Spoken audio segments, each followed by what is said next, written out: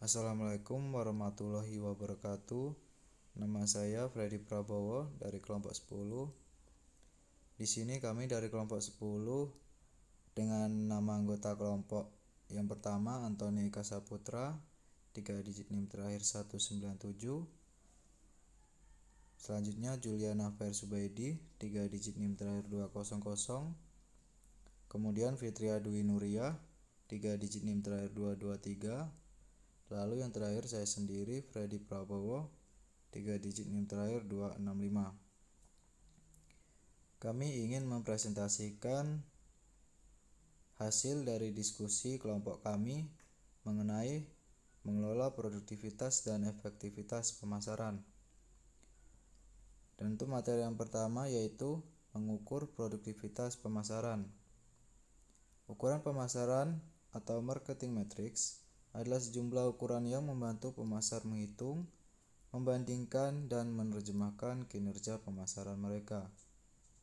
Ukuran pemasaran dapat digunakan oleh manajer merek untuk menjustifikasi dan merancang program pemasaran, dan oleh manajemen senior untuk memutuskan alokasi keuangan. Assalamualaikum warahmatullahi wabarakatuh. Di sini saya akan menjelaskan tentang produktivitas parsial. Produktivitas parsial atau partial productivity adalah perbandingan antara output dengan salah satu input. Misalnya produktivitas tenaga kerja, perbandingan output dengan input tenaga kerja adalah ukuran dari produktivitas parsial. Produktivitas parsial sendiri sering juga disebut sebagai produktivitas faktor tunggal single factor productivity yang merupakan rasio dari output terhadap salah satu jenis input. Bicara tentang produktivitas parsial, kelebihan dari pengukuran produktivitas parsial ini antara lain memungkinkan para manajer untuk memusatkan pada penggunaan masukan input tertentu. Ukuran operasional tertentu lebih mudah digunakan untuk menilai kinerja produktivitas karyawan operasional. Untuk kepentingan pengendalian operasional, seringkali standar kinerja yang digunakan bersifat jangka pendek. Yang terakhir, dengan menggunakan standar parsial, tren produktivitas dalam 1 tahun itu sendiri dapat ditelusuri. Sedangkan kelemahan dari produktivitas parsial adalah ukuran parsial yang digunakan secara terpisah atau tidak dihubungkan dengan ukuran-ukuran lainnya yang dapat menyesatkan. Yang terakhir, tidak dapat menjelaskan tentang kenaikan biaya total, sebab penurunan produktivitas dari salah satu jenis masukan input lainnya dalam pengukuran parsial ini akibat yang bersifat menyeluruh ini tidak dapat tercermin. Saya Antoni Kasaputra, 3 digit NIM terakhir 197. Di sini saya akan menjelaskan tentang perbedaan produktivitas operasi dengan produktivitas keuangan. Menurut blogger pada tahun 2007 menjelaskan bahwa ukuran produktivitas bisa dilihat dengan dua cara, yaitu produktivitas operasional dan produktivitas finansial. Produktivitas operasional adalah rasio unit output terhadap unit input, di mana ukuran fisiknya dalam ukuran unit.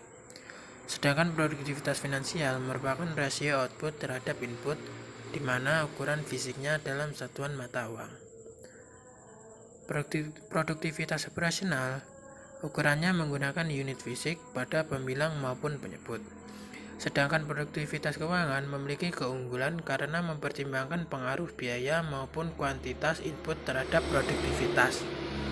Yang kedua, produktivitas operasional memungkinkan manajemen untuk mengetahui pengaruh perubahan produktivitas sumber daya input terhadap operasi, sedangkan produktivitas keuangan dari segi manajemen, perhatian tidak hanya fokus terhadap fisik kuantitas tetapi juga biaya.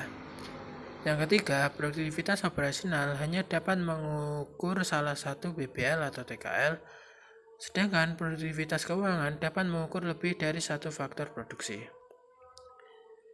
Untuk materi yang selanjutnya akan dijelaskan oleh Mbak Fitria. Saya Fitria Dwi Nuria dengan 3 digit NIM terakhir 223. Bahasan selanjutnya adalah mengenai keterbatasan produktivitas parsial. Sebelum membahas mengenai keterbatasan, produktivitas parsial juga memiliki keunggulan. Keunggulan pertama yaitu menurut Browser terdiri menjadi keunggulan secara operasional dan keunggulan secara keuangan. Keunggulan secara operasional menyangkut yang pertama, menggunakan unit fisik pada pembilang maupun penyebut sehingga mudah dipahami dalam perhitungannya. Yang kedua, ukuran produktivitas operasional itu lebih sederhana. Yang ketiga, ukuran produktivitas parsial operasional memungkinkan manajemen untuk mengetahui pengaruh perubahan produktivitas suatu sumber daya input terhadap operasi. Kemudian untuk keunggulan secara keuangan menurut Browser, yang pertama mempertimbangkan pengaruh biaya maupun kuantitas sumber daya input terhadap produktivitas.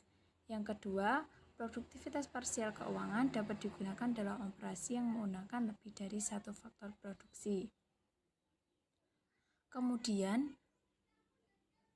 ada pula keunggulan produktivitas parsial menurut Supriyono pada tahun 1994.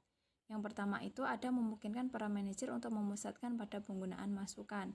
Yang kedua, ukuran parsial operasional lebih mudah digunakan. Yang ketiga, untuk pengendalian operasional, seringkali standar kinerja yang digunakan bersikap jangka pendek sehingga permudah dalam perhitungannya. Kemudian yang keempat, dengan menggunakan standar parsial, tren produktivitas dalam 1 tahun itu bisa ditelusuri dengan mudah. Setelah membicarakan mengenai keunggulan dari produktivitas parsial sendiri, keterbatasannya adalah sebagai berikut. Untuk keterbatasan analisis produktivitas parsial menurut Browser yaitu satu, ukuran yang digunakan hanya mengukur hubungan antara sumber daya input dan output. Oleh karena itu, pada ukuran tersebut mengabaikan pengaruh perubahan faktor-faktor produksi lainnya terhadap produktivitas. Yang kedua, produktivitas parsial mengabaikan pengaruh perubahan faktor-faktor produksi pada produktivitas. Yang ketiga, produktivitas parsial juga mengabaikan pengaruh perubahan karakteristik operasi perusahaan terhadap produktivitas sumber daya input. Dan yang terakhir, tidak ada standar efisiensi yang digunakan dalam ukuran-ukuran produktivitas parsial. Artinya, pada perhitungan produktivitas parsial hanya berfokus pada input dan output dan mengabaikan faktor-faktor produksi lainnya atau perubahan faktor-faktor produksi lainnya. Kemudian ada pula keterbatasan produktivitas parsial menurut Supriyono, yakni kelemahannya adalah ukuran parsial yang digunakan secara terpisah atau tidak dihubungkan dengan ukuran lainnya itu dapat menyesatkan bagi yang menggunakan produktivitas parsial.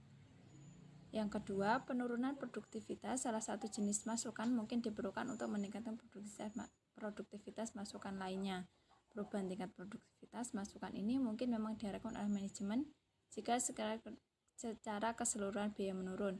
Namun, akibat yang bersifat menyeluruh ini tidak dapat tercermin dalam pengukuran produktivitas parsial. Karena produktivitas parsial itu, seperti yang pernah dikatakan dalam keunggulannya, adalah jangka pendek, sehingga untuk penghitungan bersifat menyeluruh itu tidak bisa dilakukan dengan pengukuran produktivitas parsial. Sekian dari saya. Terima kasih. Assalamualaikum warahmatullahi wabarakatuh.